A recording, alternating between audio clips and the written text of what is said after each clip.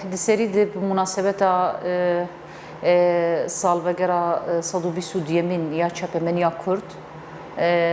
di serî dil tevahî rojnamevanan pîroz dikim. Serî de rojnamevanên Kurd, rojnamevanên jin yê got oxira rastiyê de û oxira ragihandina azad de canê xwe bedel dane û yê got hemû ket kirin bi qelema xwe bi fikrê xwe ji bo rasiya civatekî azad, îradekî azad derbixînin bibin temsîla civatekî golêgera xwe li azadiyê dike. Serî de ez vê rojê pîroz dikim. Ev roj di dîroka gelê Kurd de bi taybet di dîroka çapemeniya Kurd de rojekî ku cara yekê bi Kurdî bi rengê xwe û bi qelema xwe Kurd karibin xwe bînin ziman. Diriya hinek nivîskar, diriya hinek xebatkarê çapemeniyê de got cara yekê wek dezgehê çapemeniya Kurd got derdikev pêş. Bi rastî jî di sala 122 de yani wateyeke ku emrê çapemeniya Kurd ne emrek pir dirêj e li gorî dîrokên cîhanê. Lê ev dîrokahan îro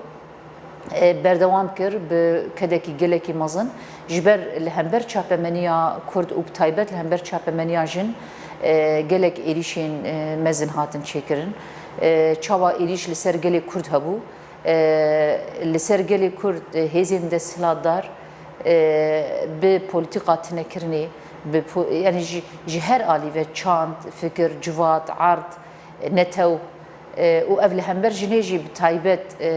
bindestiya cinsiyetçî nêzîkbûnê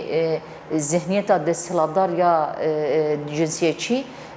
ew jî beramberî wêna jina gelekî mücadele kir. Gelekî bi vî awayî rastî jî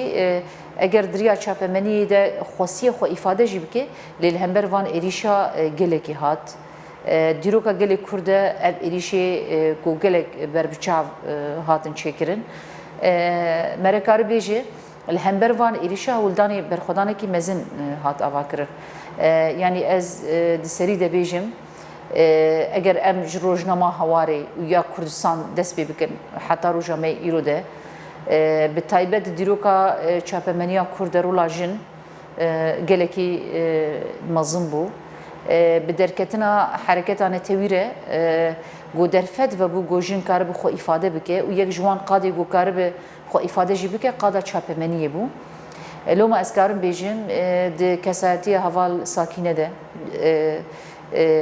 Sakine Cansız, hatta havala Gurbet Ali Ersöz. Gurbet Ali Ersöz veke mudira rojnameya Özgür Gündemî hat naskirin. Herkes zane. Dizanin ticari de dîroka Kurda de ya dur de nikarîbûn Kurda xwe îfade bikin. Bi giranî çapemeniyeke got bi devikî de hat kirin. Çandekî got bi devikî xwe dewam kiriye. Ama bibe nivîskî, bibe dîrok, bibe malê vî gelî ji ber gotin beramberî êrîşekî nicatperestiyê, êrîşeke tunekirina erd,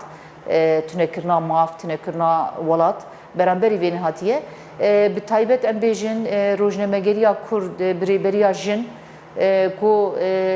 ji heva sakîne heta Gurbet Ali Ersöz heta vê dawê jî got bi bilindkirina tekoşîna jinan re rojnamegeriya jin ew jî gav avêtin û hinekî xwest li hember desthilatdariya got îro li ser evnîgariya Kurdistanê çêdibe karibe bêtir li ser vêna berdewam bike. Loma jî di berdewamiya xeta rizgariya jin de got hember êrîşê gelekî mezin hat. Yek ji wan jî qada çapemeniyê bû. Bi taybet piştî ku gelek jina xwest vêna bînin ziman. Ez karim vêna bêjim Meysa Baqî ya ku rojnameya jiyana azad got wek edîtortiyê lê kir salê 1970 piştî ev rojnameya heftane got dewam kir. Heta demekê ji hêla hêzên desthilatdariya başûr ve ev rojname jî hat sekinandin. Evan jina xwestin civatê rûnahî bikin. Civatê li ser fikrê yek waya wetanî وعیا جنس وعیا زانبونا جوات یعنی کاربن جوات زانه بکن و خودی بکن آگاهی دوی خطا چاپمنیا آزاد ده بتایبت ده شورشا روجاوای کردستان ده پشتی گو چه بو و ایریشین داعش یگو الهرم همه هاتن چیکرن الهمبر ویناجی بگومان برخدانه کی گله کی تون چه بو یک جوان ایریشا اگر وره بیرامه ده سال 2014 demek o deniz Fırat şehit ket jbugo karbe ev hovitiya çeteyan le kampa mağmuri go iroji dibin erişa deye go doji devleta Türkiye dabu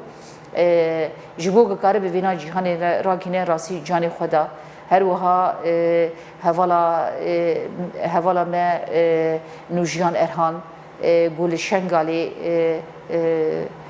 şehit ket pişti demek ki birindar ma evjil hember erişe necat parestiye go li ser Şengali hatin çekirin وکو ام دزانن لبجاهیا در زوری حوالا دلیشان ایبش خواست او هویتیا داعش گو به کسی جنادی که به کوچبرادی که لسر عردیگاریا روجوا باکوری سوریه گوتی کرن اف کس براسی ام بیجن خواستن چاپمنیا کرد بریبرتیا جن جمرحله کی در باسی مرحله کی دبکر او جبو ویناجی دو اغراوی در جان خدا لو ما کار بیجی چاپمنیا کرد به استا وینا با استا زانبون و بیردوزیا جواتی و گریدایه ایرو ام دزانن کس نکاره مثلا کرد هبونا کرد کار بیج ندیتی و وره لو ماجی ایرو نوا جهان دجی ev tekoşine ki geleki mazın lehember ve cephe heye eğer em vena bejin çepemeniya destladar go iro hamu zexta xwe go dibin qasfaki mazın da iro ve civat hele diriya malumatên şaşre diriya agahiyên şaşre brastî jî em dikarin bêjin birêbertiya jin îro tekoşînekî gelekî mezin di cebha çapemeniyê de tê kirin feqet gelek zehmetî jî hene yek hîn jî asta rojnamegeriya jin got di xeta çapemeniya azad e karibe bêtir pêş bikeve di hêla zanebûn de di hêla fikir de çawa got kelem di pêşiya jinan de hene ji alîkî de zihniyeta desthilatdarî got heta qada çapemeniyê tenê wek qadekî desthilatdariyê ya zilam dibîne rojane ji rojnamevanên jin beramberî vê zihniyetê rûbirû tên loma jî hîn mere nikare bêje got temamen ji vê zihniyetê ev qad hatiye rizgar kirin yek ji wan erf adatê civatê duyemîn em tev dizanin li Bakur û Rojhilatê Sûrî zihniyeta Baas ya got civat wiha perwerde kir got nehişt jin karibû xwe îfade bike bi giştî qada çapemenî wek qadekî desthilatdariya sîstemê lê dihat nerîn û tu derfet nebû got kes karibe bi qalemekî azad yan jî karibe tiştekî binivîsîne piştî got şoreşê dest pê kir bi rastî jî çawa got jin dikarîbû gelek qada de rêvertî bike îro em dinerin hejmarê rojnamevanên jin zêde bûne û bêtir ihtimam bi vê qadê hatiye çêkirin yanî jin dikarîbû di hinek qada de û yek ji wê di qadê çapemenê û karibe gav bavêje lê bi rastî jî hîn jî ew zehmetî heye yek hîn jin bi xwe ne di wê weya got karibe li gorî fikrekî azadiya jin karibe tev bigere tamamen bi zihniyetekî azad karibe vê qelemê îfade bike yek ji vêna jî yek mesterê xwe digirin mesterê duyemî jî êrişê got li ser çê dibin ev jî di beramberî di êrişa dimîne bi rastî di qada çapemenî de ji hember vêna dimîne yani ji bo tikaribe rojnamegeriyekî azad bike berî her tiştî jê re zihniyetek azad îradekî azad lazim e û em dinerin her çi qesî îro derfet bi vê şoreşê derfet rêl pêşiya rojnamevana ve bûye feqet mixabin hî di gelek aliya de jî got karibin rastiya vî gelî rastiya vê şoreşê karibin ji cîhanê re bidin nîşandan hîn jî di vê alî de bêtir ji vêna gelek cara nikare bibe zimanê vê şoreşa got dide ava kirin rastiya jinên got îro koçber bûne jine go îro alanê dagirkirî de beramberi hemû tecawüz hemû rengê işkence tên işkenca derûnî ye ya fîzîkî ye ya iqtisadî ye ya civî ye û hîn jî çapemeniya ji nikare vêna ji cîhanê re baş ragihîne. Ev jî bi vê münasebetê ez dixwazim bêjim got hemû jînê îro lêgera wê azadiyê heye divê rojnamevanên jin bi taybet em karibin ji wan re bibin deng. Di xeta azadiya jin de beramberî wêna gelek